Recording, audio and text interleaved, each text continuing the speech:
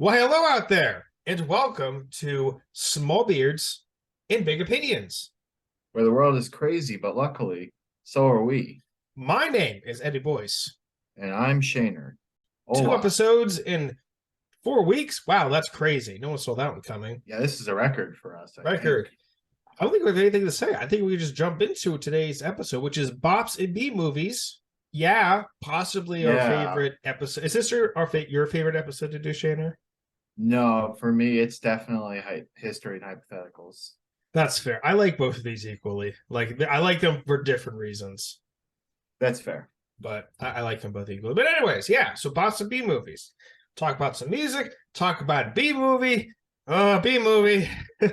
Oh boy. Get know. ready, folks. Strap in. Yeah, strap in. We got a show for you today. So, Shaner, is there anything you'd like to say before we start? I don't have anything. A lot of you watched our last video, didn't comment. Oh. So get ready for that, You hurt his feelings, guys. Yeah, and I'm ready to go. I'm on a rampage here. He's on a But rampage. you know who is safe?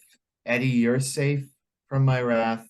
And so is my dad. Yeah, your dad's safe. You both commented, wow. Wow. Where was your dad? Where's he on this last video? I don't know. That's a good question. We can usually rely on him. He's pretty reliable. I think he's been watching the Eagles games. I'll give him a grace period because he has commented so much in the past. Yeah. So he'll get a reprieve on this one. I won't put any squirrel blood on their house. Everyone else though, blood. You had your chance and you missed it. So now get ready. The Shader's about to become like the evil Santa Claus. It's more like an evil Passover. Evil Passover. Like, the Passover, the blood on your house saved you. Well, the blood on your house isn't going to save you. In fact, it is the doom. So get ready. And I wouldn't come down the chimney. I could just walk in the front door. Okay. With that in mind, let's move on to our episode, the Bops portion. Shader, would you like to go first? Or should I? Sure, why not? Okay, you go for it. So recently, for my music selection, I haven't been branching out too much beyond what we talked about last time because, if it ain't broke, don't fix it. Right. I've been trying to find new music, but nothing's really, stuck with me as of yet. So what I have been listening to is the TV soundtrack for The Umbrella Academy, the Netflix original show. Fantastic show if you've never seen it. There's 3 seasons. The 3rd season just ended maybe like less than a year ago. All fantastic. Can't recommend it enough. And they mix in popular songs, old and new, into their soundtrack. And if there's one thing I love, it's when a TV show works in music. And I don't mean like soundtracks. I mean like actual lyrical music from popular singers into their shows. And if they do it right, it's spectacular. So I've been going back and listening to all the songs from that because it's a great selection of old songs, new songs, all different genres. You got 50s music in there. You got like 80s music, 70s music, early 2000s, maybe some country in there, some indie rock, some hard rock. There might be some rap in there too, I think. There are a lot of songs. Like, let me pull up the playlist. Yeah, in the 3 seasons. I've watched all 3 seasons. I wouldn't go as far as say it's a fantastic series, but it's definitely good. You should go check it out. I think it's fantastic. No. It's a good series. You could even say great series, but fantastic's a bit much. Anyways, the soundtrack's really good. I would definitely recommend pulling up with the songs. Some of them are throwbacks, some of them are current. It's a solid song. So currently, soundtrack. I found a list of them on Apple Music, and as of now they have 69 songs on there. Nice. Which stretches over 4 hours and 28 minutes. You got such songs as Don't Stop Me Now by Queen. Or let's see. That was a really good fit. I remember the scene that was in. Yeah. Bad Guy by the Interrupters. Just really good. Renegade by Styx. Also a good fit. There's a lot in here I recognize and some I don't remember. There's some newer stuff. I think this one's new. Ride With Me. It's not with, it's Wit by Nelly. I think that's no, that's an old one. That's Are like you a sure? 2000s song. Yeah, I'm pretty sure that's 2000. Well, that's still newer than 1980. Istanbul, not Constantinople, by They Might Be Giants. That's a fantastic scene. It's in like the first episode. That was a weird one for them to include, but it weirdly fit. I think it was really weird. And so the weird thing is sometimes they'll take a song that you're familiar with and they'll use a different artist rendition of it. Yeah. Maybe because their style fits the scene a bit better. I don't know if it's a marketing thing. But it's really kind of opened me up to new songs. So whenever I find myself needing something to listen to, you can put that on and just scroll through whatever songs they have on there. And also I like sometimes finding music like covers done by other artists, because sometimes they'll change up the style a little bit, or maybe they'll be a bit clearer when they sing. Their like words aren't so blurred together. Some singers will do that. And sometimes they'll even change the style of it, which is really fun. So yeah, I don't have a lot to say, but Umbrella Academy soundtrack, fantastic soundtrack. Look it up, listen to all the songs, find what you like, and go watch the show if you haven't. I think it's fantastic. I don't have a lot to say for music this week. Yeah, that's fine. You don't have to. It's also cheaper to like ask a band to do a cover of another song from a famous band. It's just cheaper to do that than buy the original. That's fair. So not to say that that's their entire reason, but that's no. I mean that probably is their entire reason, because it's Netflix. I don't know. They like making money. They did put a lot of thought into like the songs and where they went. So like it was definitely a factor. I just don't think it's a factor to consider, not the whole reason. So, oh boy, I am nervous and excited to share this album with you guys. Oh boy, now I'm excited. Hit me. So, this album came out Friday, okay? So, and by this time, we were recording this Sunday, this January is new. 29th. Yeah. This came out January 27th, like 2 days ago for us, okay? So, and the internet's some storm by it. I know, Shanner, you don't pay attention to the internet. Yeah, what's the internet? Yeah, I know. Who knows? What is the internet? Anyways, so the album is called Let's Start Here by Lil Yachty. Okay. So I know I've heard of that artist. You have. For y'all that don't know, and for those who do know, I'm going to explain this in a minute, but Lil Yachty is his former repertoire is SoundCloud rapper, essentially. That is what he did. Hold on. I know you're wondering, Eddie, why are you sharing this? None of us listen to this. You don't even listen to Lil Yachty, and you would be right. I couldn't care less about the guy. Hypocrite. I think his hair is kind of cool. That's pretty much it. So this album is not like SoundCloud rap at all. Okay, this is a synthwave psychedelic rock album. Okay. Okay, never mind. You have my attention. Exactly. So for a little background info, like Lil Yachty's never had any, has not shown any interest or musical attention to that sort of field anywhere at any point whatsoever. So this album dropped. No, I shouldn't say that. A little before the album dropped, he was like, I think he did like a listening party, like a pre-listening party, and someone recorded a clip of him saying like, I want this album to help separate me from people as a musician. I like people to respect me more as a musician, essentially. And, at the time, like, okay, yeah, sure, whatever, SoundCloud rapper, whoop-de-doo. But then he drops this thing. And let me tell you, this thing, it took everyone by surprise. No one saw it coming. So, try to keep an open mind as I go through this. So, synthwave psychedelic rock, okay, album. 14 tracks. Basically, the themes of this album are like love, obviously shrooms, clearer vision, Bob Ross style. That's all kind of compacted in this album. Okay, so I'm going to kind of walk you. I'm going to walk you through this a bit. So, first song of the album, Black Seminole. Okay, it's basically kind of like his stand as an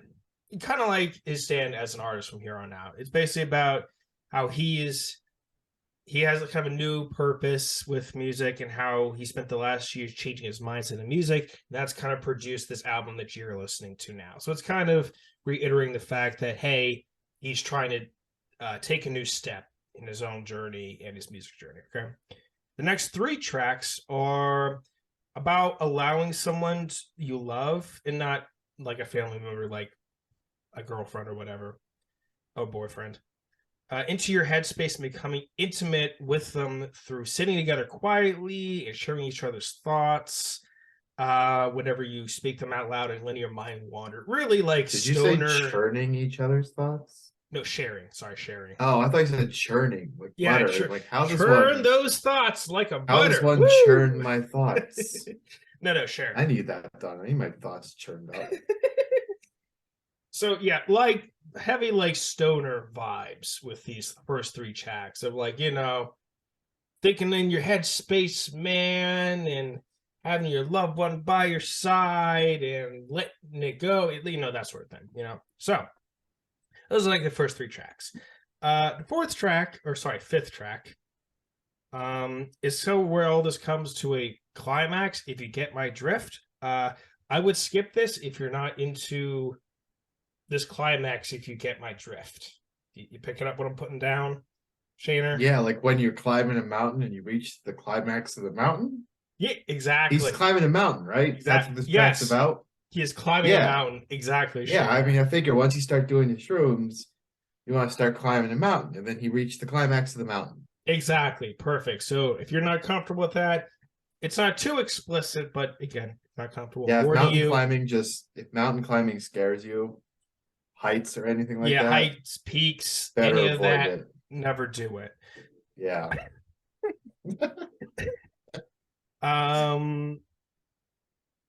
Anyways, so the rest of the album gets really heady.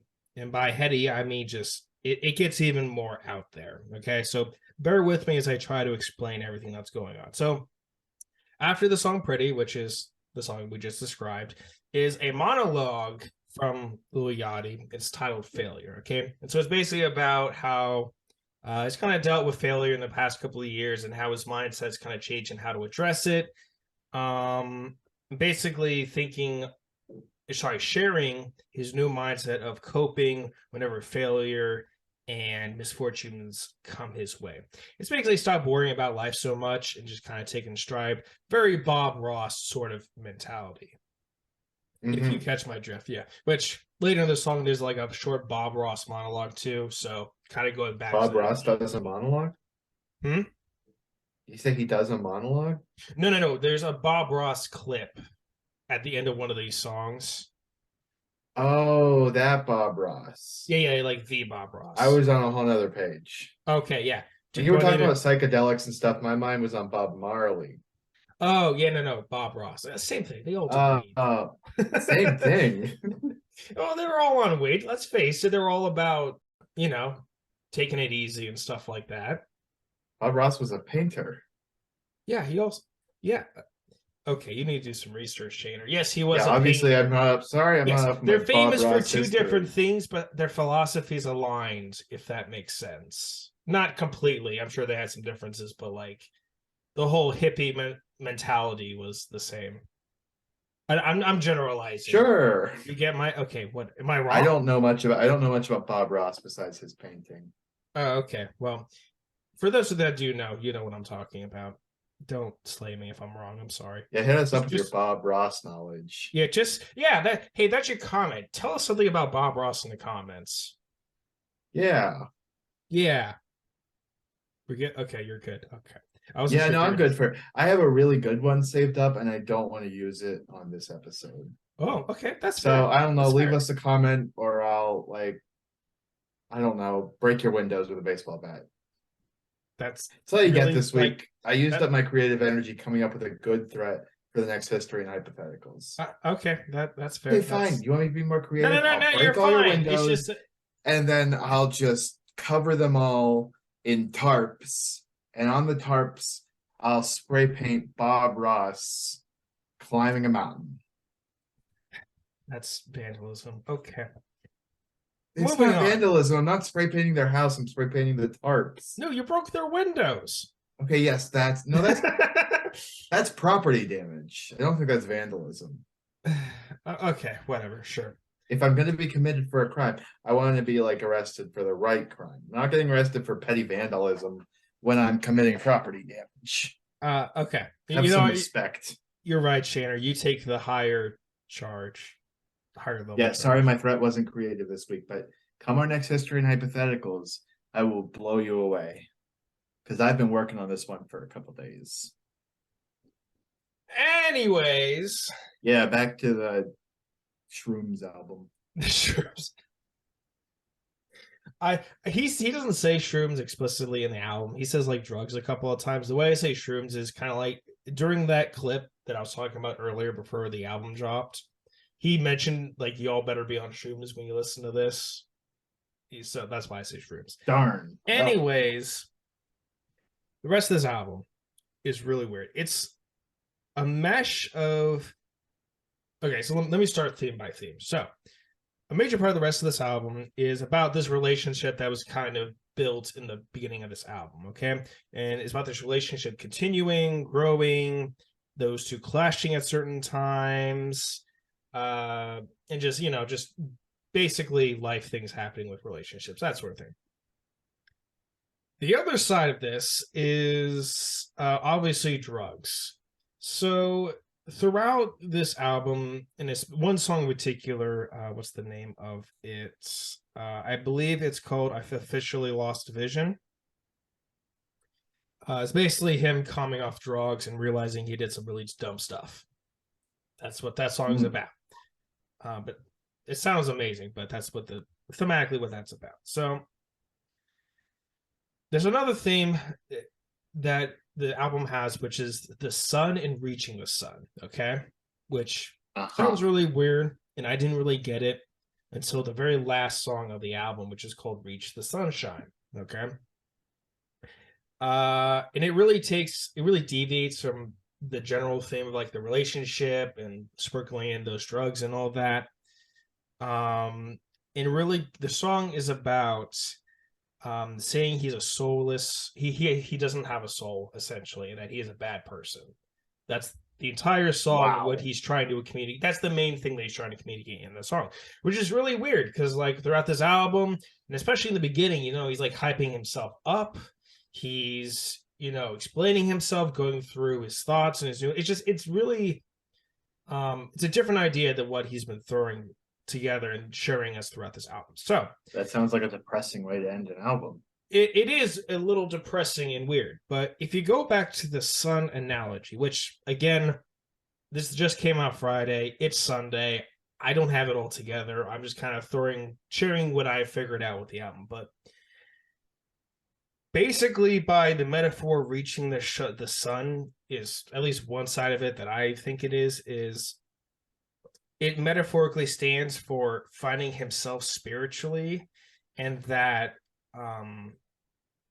love and obviously the drugs don't fill that need almost. And he's kind of realized that after, going through this relationship and being on drugs and always having that purpose of like, reaching the sun, reaching toward whatever he needs to fill him, but ultimately it didn't.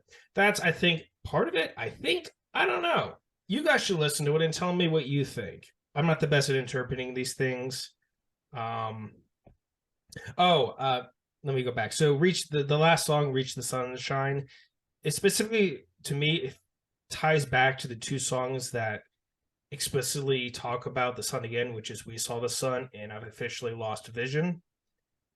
So yeah, that's kind of like the general thoughts. Love, relationships, drugs, and finding a deeper meaning in life, and not worrying so much. So, and even if you don't like believe in all that and think, oh, it's another hippie, that sort of thing, it sounds amazing. The album, I shouldn't say amazing, it sounds really good. It transitions between each song really well. Like, how the songs, sometimes in albums, there's not like a stop. They'll just like kind of transition the song into the next song. Yeah, I know. It doesn't sound like he ever stopped. It does that throughout the entire album. It's really that's fun. Yeah, transitions really well. And then last point, it incorporates Yachty incorporates this vibrating auto-tune style, which you're gonna hate, Shaner, just warning. Yeah, throughout this album, which the only reason I'm mentioning this is because a few months ago. It was either in December or November. He dropped like a rap single that's titled Poland, where he first introduced this. And everyone was going crazy. He's like, oh, he's trying something different. Look out, guys. It's the SoundCloud rapper being creative. So that's the only reason I reference that. So if you listen to heard Poland and heard the clips of that, he kind of does the same thing in certain songs throughout this album. So I have not heard that song, so I will be surprised. yeah, you're not going to like it. Don't look it up. Okay, fair enough. Yeah, don't look it up. Listen to this. Listen to Let's Start Here by Lil Yachty. Great psychedelic rock album and synthwave. So yeah, that's my album. Yeah, why can't they hear? I'm making a lot of noise right by my mic. Oh, I can barely hear it. I can't even hear you. Really? Clapping. Yeah. I am clapping very loudly. Yeah, that's really weird. Like, I'm not pretending. That's like super loud. Like Cassie can probably hear that upstairs. That's weird. Maybe I'll hear it in the recording, and maybe it's like a sound muffler. Maybe the mic knows how to do that. Maybe that's pretty cool if it does. That's pretty cool. All right. Well, if you couldn't hear, I was clapping at Eddie's thorough music analysis. Thank you. Shinner didn't clap after he watched our B movie, which we're sharing today. Oh, I did not clap. Neither did I. They're called B movies for a reason, folks. And this one was definitely that has never been more true. Shannon, I've been doing a lot of talking. You take over. Okay, so the movie we're reviewing, depending on how you pronounce it, is either Gila or Gila, as in Gila or Gila monster, as in the lizard. Mm-hmm. It is a monster movie set in the 50s for some reason. Is it 50s? Yeah, it's supposed to be. Okay. And I couldn't figure out if it was 50s or 60s or 70s. It was kind of hard to tell. It's supposed to be 50s is what I read. And I'll get into what I think about that later on. But it's basically your standard monster flick, B-movie monster flick, where some science and bad chemicals that get dumped randomly turn a lizard into a super giant monster like the size of a bus, maybe a bit bigger. Mm-hmm. And it somehow doesn't get noticed on the outskirts of this small 1950s town until it starts killing people. Blah, blah, blah, investigation, blah, blah, blah, guns, blah, blah, blah. It blows up. I'm spoiling this movie because at this point, I don't think we need to care too much. Don't watch it. Don't watch it. There's nothing worth watching in this movie. I wouldn't say nothing, but we'll get to that. Continue. Things. Okay. We'll get to it. Continue. So you got your main character. I want to say he's the main character. Chase Winstead. The problem is he doesn't get as much, he gets about as much attention as most of the other characters in this movie. What do you mean? Chase is definitely the main character. You got your main 50s bad boy who drives hot rods and works at a garage. He's not like a bad boy. He's like a nice boy too. Well, he's like a poster child for 50s kid, But he drives a hot rod, Eddie, and the mayor hates it. Oh, yeah. That's why I said poster child. He's not perfect. There's just so much going on in this movie. Where do you even start?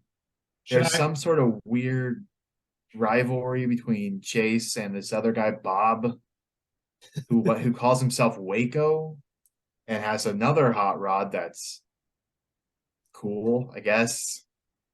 Yeah, so Waco's deal, or Wacko was what they called him. I looked at credits. Apparently his name was Waco Bob, but it feels more natural for it to be Bob Waco. I don't know. I'm pretty sure Waco was a nickname. Oh, maybe. Because they all kept calling him Robert, and he going, no, it's Waco. Yeah, it's Waco. I'm pretty sure Waco's like a nickname. I thought it was his last name, to be honest. But the credits said Waco Bob, so.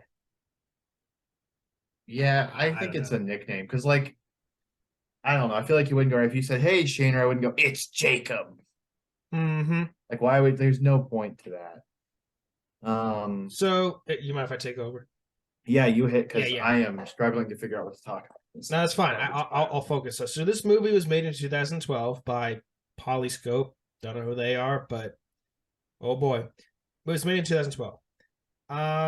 let's touch on the cars and the hot rods since you've already touched on So that. That's yes, the one good thing about this movie. If you love hot I rods had and you love cars that are loud, this movie's got them for you.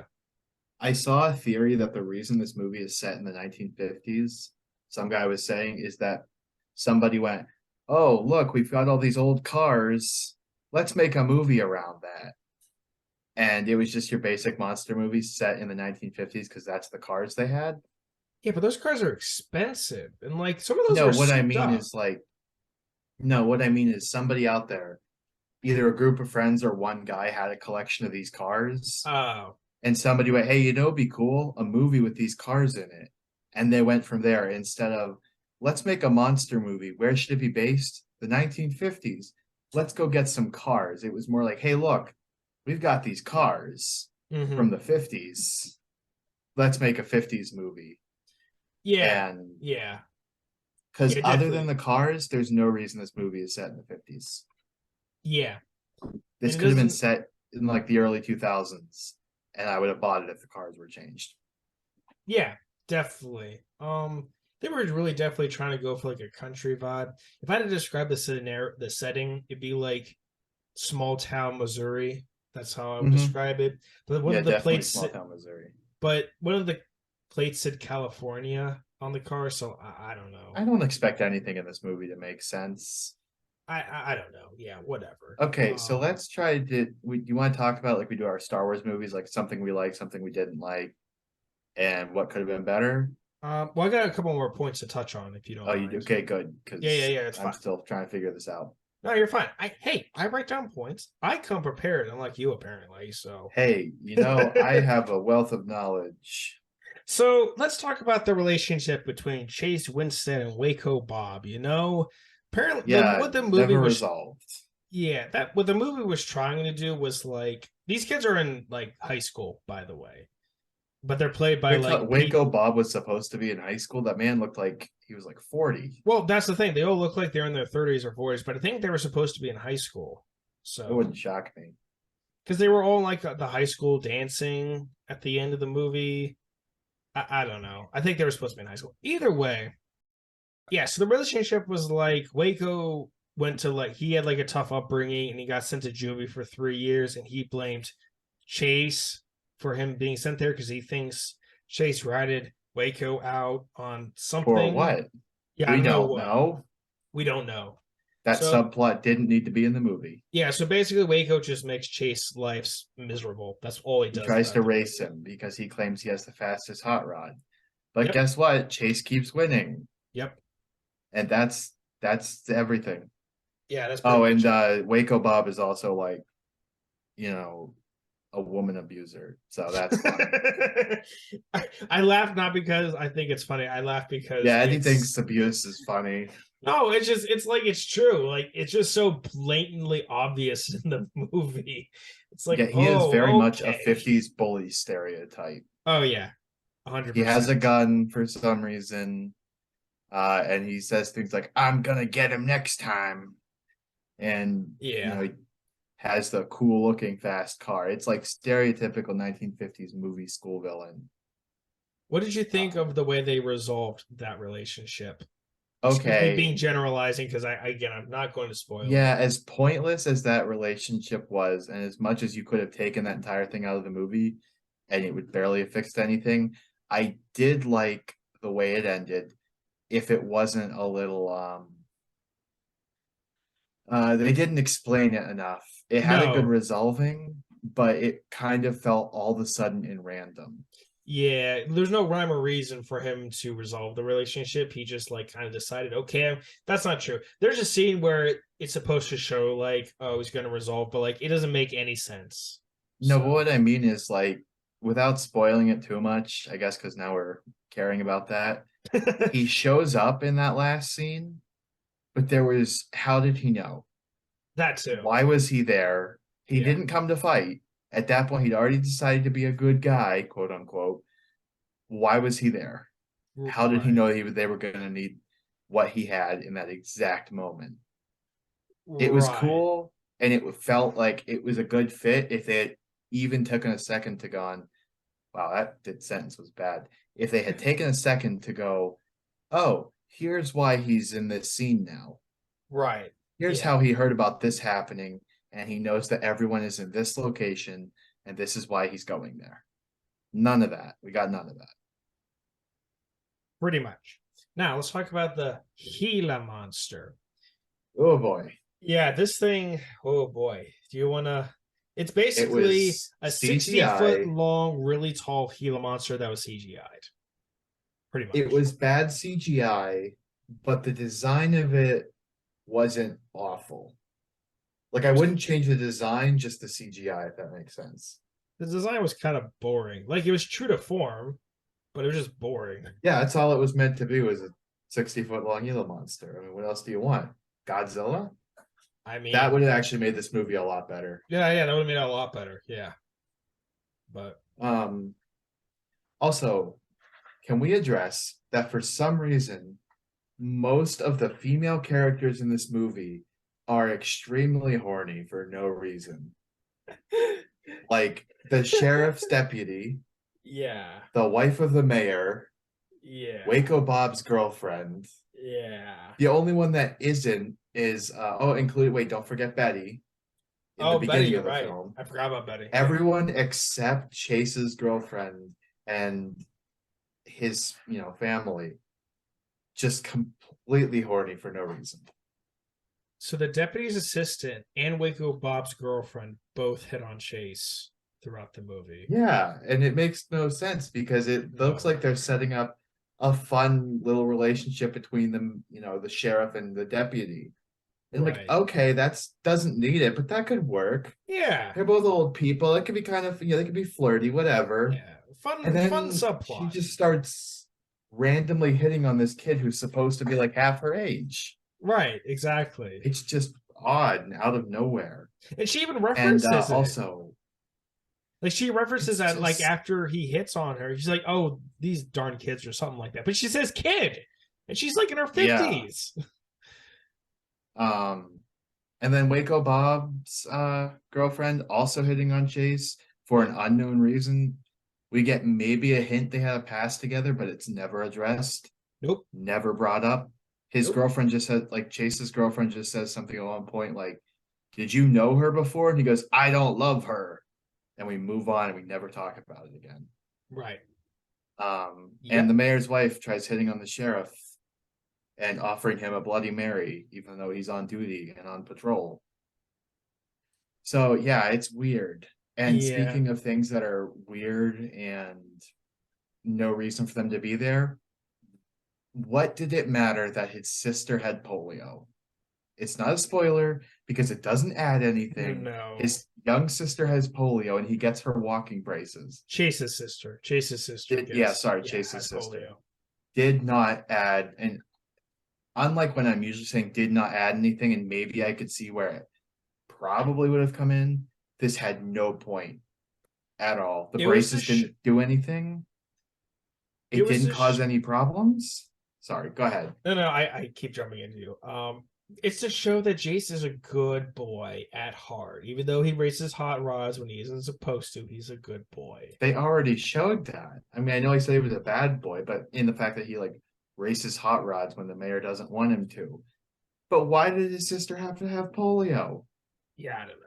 It didn't affect anything. And maybe it's just because, like, oh, hey, they had polio in the 1950s. And all you needed to say there was like, "Oh, Chase, come home. You know your sister's suffering from polio."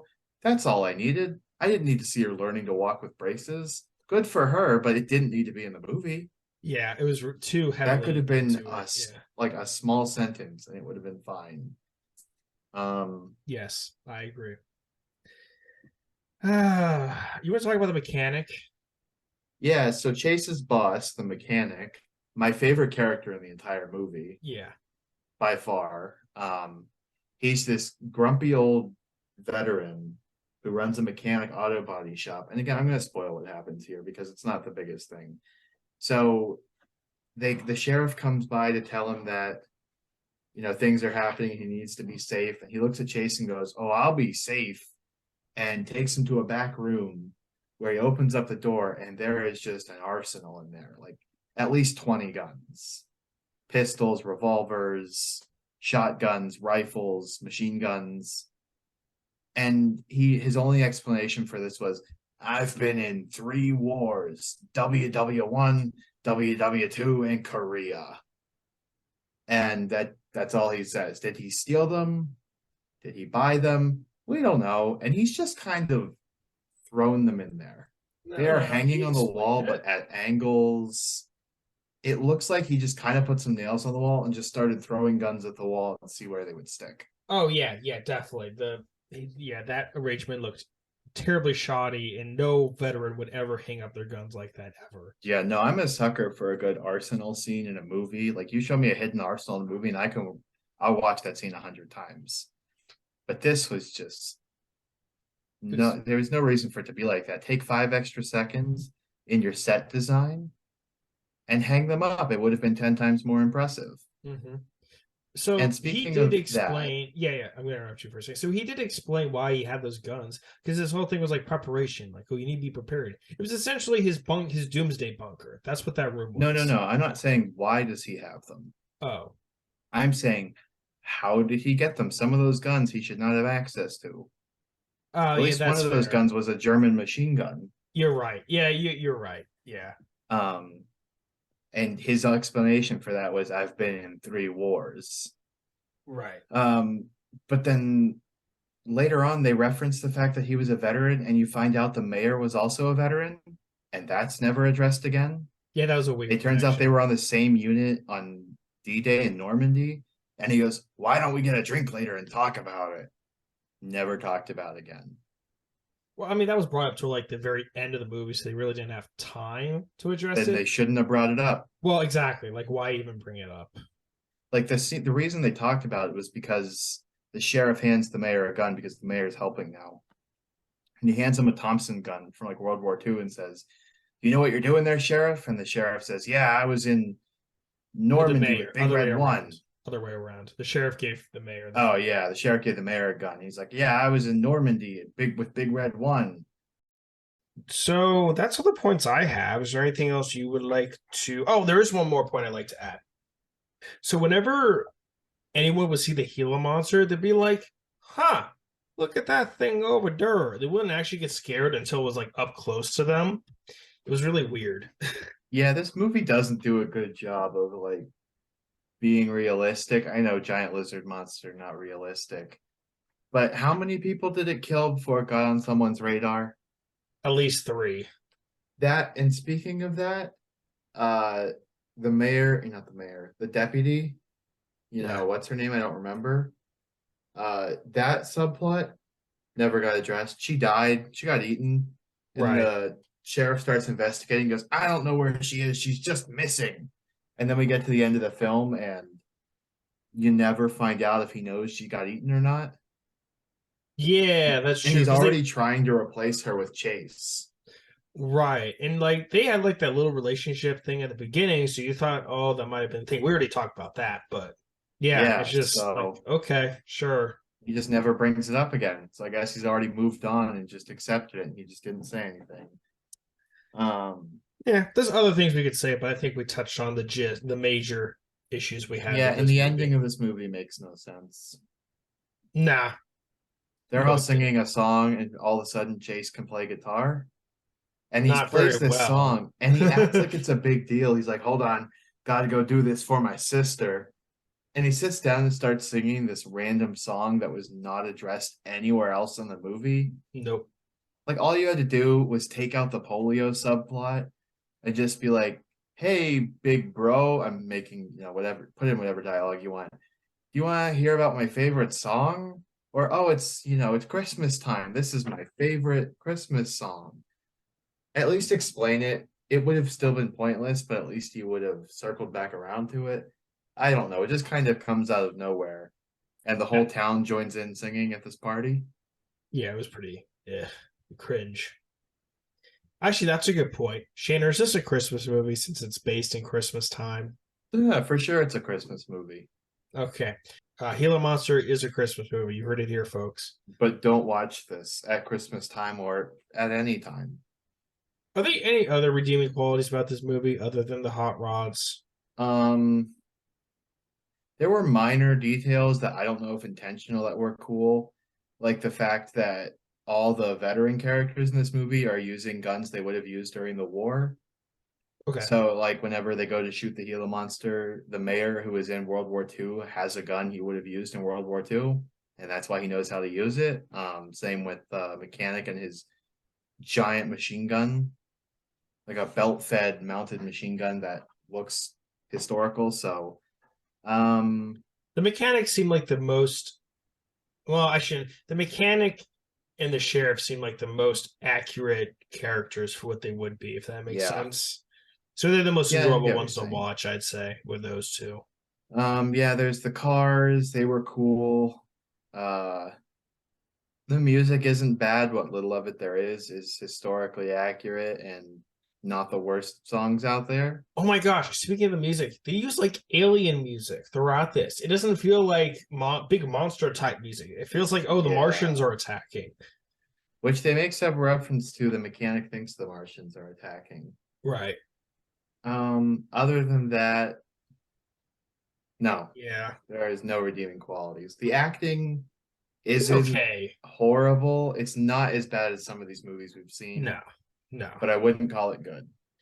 No. Yeah. So yeah, it's a movie full of unexplained subplots, and even the main plot isn't that interesting. Oh, why there's a Gila monster in Missouri or California? There might be in California, I don't know, but we're assuming this is in like Missouri. Why there's a Gila monster in Missouri, we don't know, so don't ask. Nope. And who's paying these guys to dump dangerous chemicals all over its nest? Couldn't tell you. Oh, yeah, that's true. Yeah, that's a major subplot. Oh, that was the one other interesting part about this movie is the gore. There is one scene of what I would call, for a B movie, you can't see my air quotes, intense gore. And that's when these two shady guys are dumping chemicals off the beginning. Oh, right. Yeah. And the chemicals splash and it gets on their faces. And the one guy just literally rips off his face, like down to the skull. Yeah, that's pretty good. A decent effect. Yeah, that's pretty good.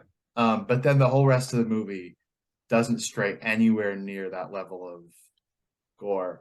Oh, and one other thing I want to address just because I remembered it. This is one of our more out there episodes in terms of keeping on track here. But the one thing I did notice, the sheriff at one point breaks up a fight between Chase and Bob. Yeah. So Bob's about to smash Chase's head open with a bottle, and the sheriff decides to shoot the bottle. And then says something like, "Don't make me shoot you. I don't think I can shoot that straight again." Why are you the sheriff? First off, don't just fire off your gun to break a bottle. Yelling probably would have solved that. Two, if you can't fire a gun straight after one shot, you're either drunk, maybe high, or you shouldn't be the sheriff, the only sheriff of this entire town carrying a firearm. That's all I had to say about that. All right. Yeah, I think that's what we have to say. So would we recommend this? I think you could. I don't know. I feel like the movie had some promise. Like, I did like some of the I like kind of the things that they started, but they all failed. So, like, yeah, I would say if you're looking for not the cringiest B movie ever, this is the one. Yeah, I mean, if you're looking for entertainment like we are, in the fact that you know it's going to be bad going into it, this is not the worst B movie you can venture in on. No, I so if you like B movies and you're, maybe you're with a group of friends and you want something to shred apart like Mystery Science Theater does. Yeah, this I is a great recommend this one. Oh yeah, this is a great opportunity for that. But you're not going into this looking for like a good movie. Maybe to entertain no, I would say maybe to entertain 4-year-olds, but I don't think you should put it on for 4-year-olds. No, definitely not for 4-year-olds. So its only redeeming quality, I think, is if you like cars and you're looking for literally anywhere you can see cars, even though a YouTube video would do that, or if you're looking for a movie to make fun of, because it is just bad enough to make fun of while also being watchable. Yes, I would agree. All right. The only other question before our rankings is, How would Jar Jar Binks make this movie better? He should be the Gila monster. Oh, just a giant Jar Jar Binks scaled up and crawling on all fours. Oh, ew, that's creepy. Oh.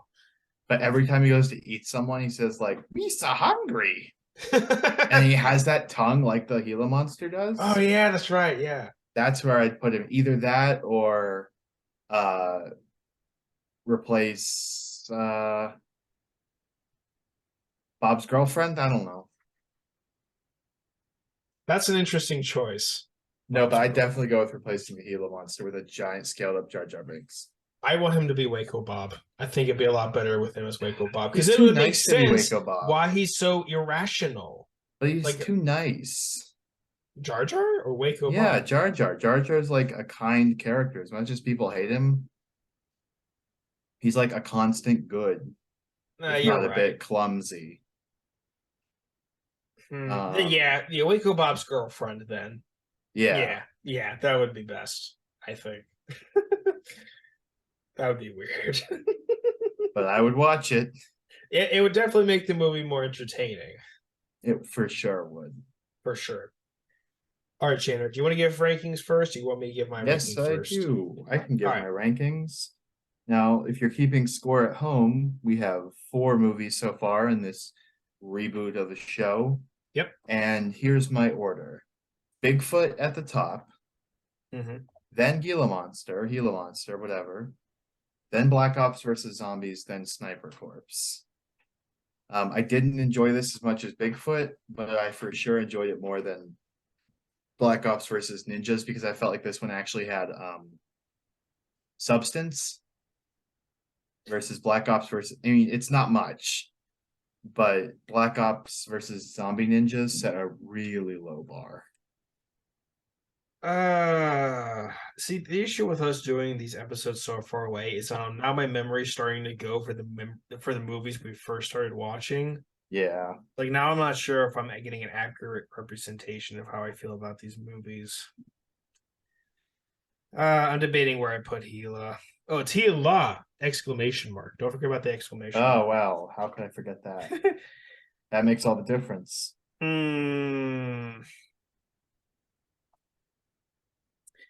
If we're going based on objective movie, darn it.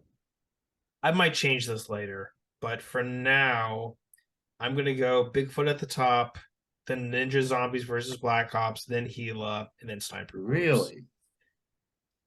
I feel like you could flip-flop Gila and Ninja Zombies, but I feel like Ninja Zombies had more redeeming qualities about itself, but also being more cringy compared to Gila, while Gila was more like an atypical B movie.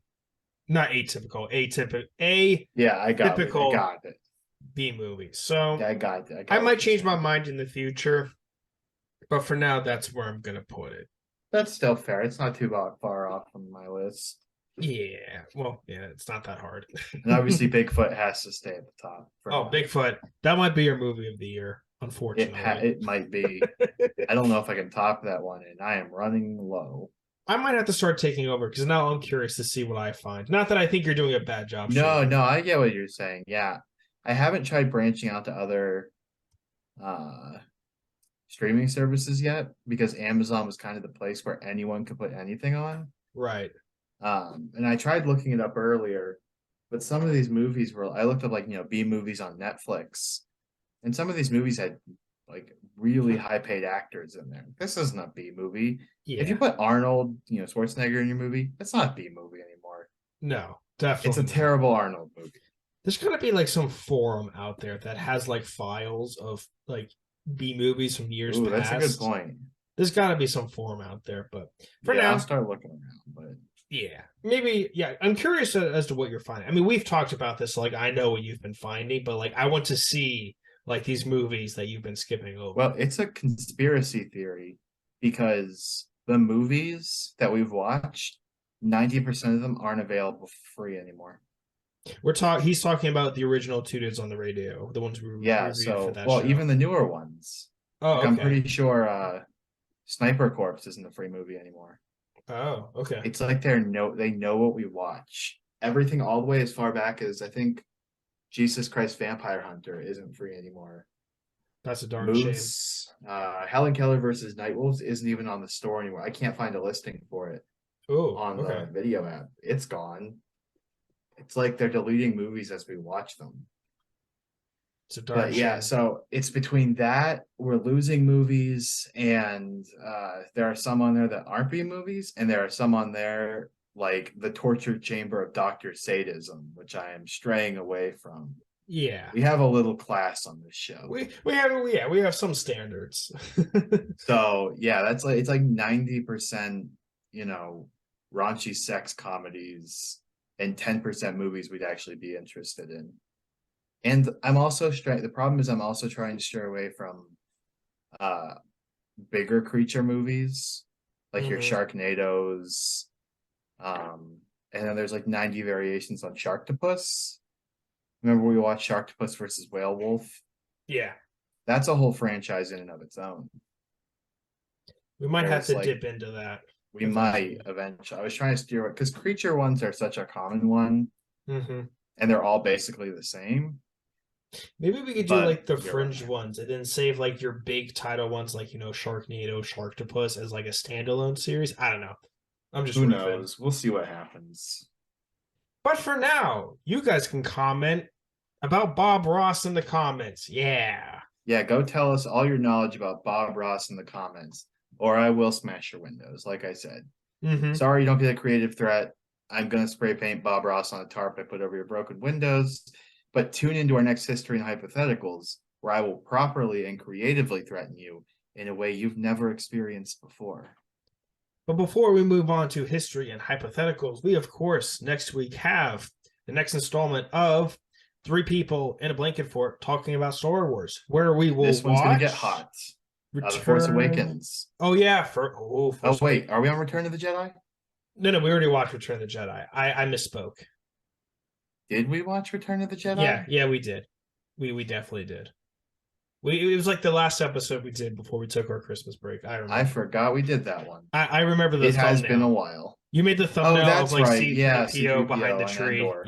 Yeah. So next week's The Force Awakens, and it's going to be a hot one. Oh yeah. From here on out, folks, that series is going to you're going to hear some hot takes from Shane. Hot takes. Yeah. I'm going to tell you how much those movies aren't that bad. This is the most exciting part. Yeah, this is the most exciting part of the series for me because I get to rewatch these after after when they first came out. So I'm excited, and you should be excited too. I'm pretty excited. Yeah, if you're excited, comment how you're excited. Anything else you need to say, Shaner? No, I think I'm good. All right then. In that case, thank you all for listening, and we will see you in 2 weeks. Goodbye. See ya.